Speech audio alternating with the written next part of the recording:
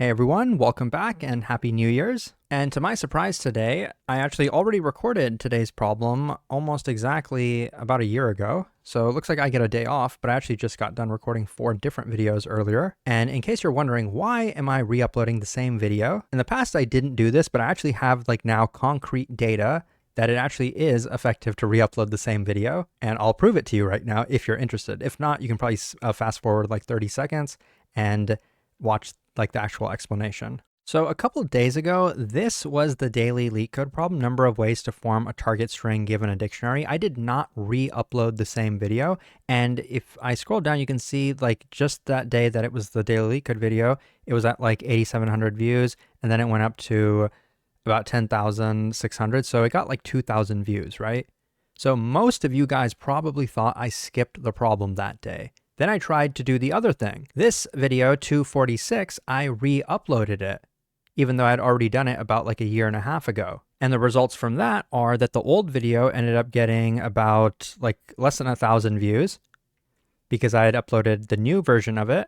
And that video got 7,000 views. So this is called an A/B test, and it doesn't only apply to software engineering. And so this is very easy proof that re-uploading videos is effective. Hey everyone, welcome back, and let's write some more neat code today. So today let's solve the problem, maximum score after splitting a string. We're given a string of zeros and ones, so maybe something like this, and we have to split it into 2 non-empty substrings. So we can split it here, that would put a string here, and then this string, we can split it here, or here, or here, or here. We can't split it here because that would just leave us with 1 string here and then nothing over here, and we definitely can't split it over here either for the same reason. After we have split the string into 2 strings, we can calculate something called a score in this problem. It's defined as taking the number of zeros in the first string and adding it with the number of ones in the second string. So in this example, we have 1 0 here and 2 1s here.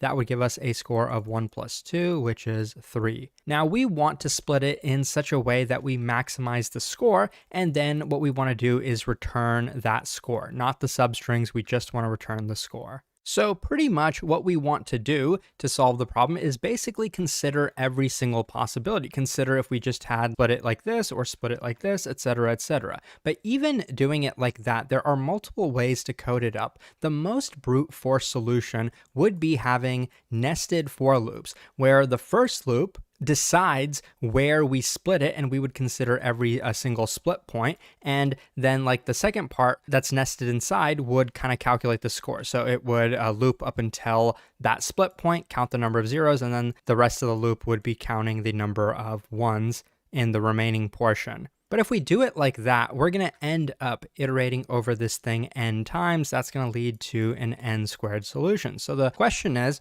can we do better? Is there any repeated work going on here? Well, there kind of is. By the time we have considered this solution, for example, where we know, okay, there's 1 0 here, and there's 4 1s over here. Now, for us to consider the second possibility where we split up until this point and then have the remainder here, all we're really doing is focusing on this delta. This is the only part that changed, right? We took this and added it to the first portion. Well, that didn't increase the number of zeros. We have 1 0 just like we did originally. But for the second portion of the array, we had 4 1s. But now in this portion, we only have 3 1s. So this is kind of how we're going to do it. And we would pretty much do the exact same thing upon each iteration. So here we would find that we still have a 1 0 here. Now here we have 2 1s. And this way we'd consider every single possibility, but this is a more efficient way of doing it because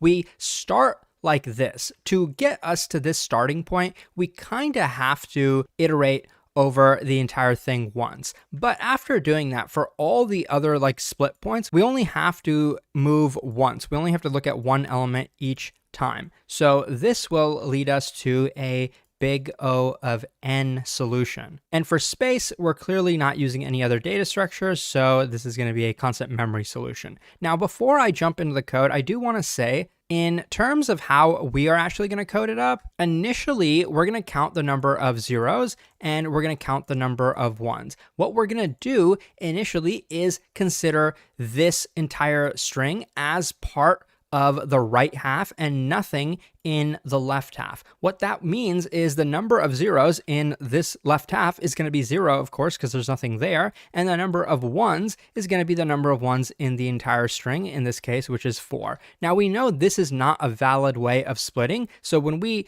initialize our result, we're not going to initialize it to the addition, the sum of these two. We're going to still set it to 0, but now, every time we iterate, we're going to move once, and then here we're going to see, okay, we found a 0, so let's update the number of zeros to 1. Since it wasn't a 1, we keep the number of ones the same, and now at this point, we'd add these together and then consider it as part of the result, and we're going to keep doing this until finally we get to this possibility where we have one element left in the right portion, but we're not going to consider the point where we have nothing left in the right portion. So that's the idea here. Let's jump into the code now. So like I said, we're going to set the number of zeros to 0. We're going to set the number of ones to the number of ones in the entire string. The easiest way to do that in Python is just to take s.count and then pass in this substring, which is just the character 1. And that will give us the count. We're also going to initialize our result. That's what we want to return. And I set it to 0. Now we want to consider every single split point. So I'm going to say for I in range,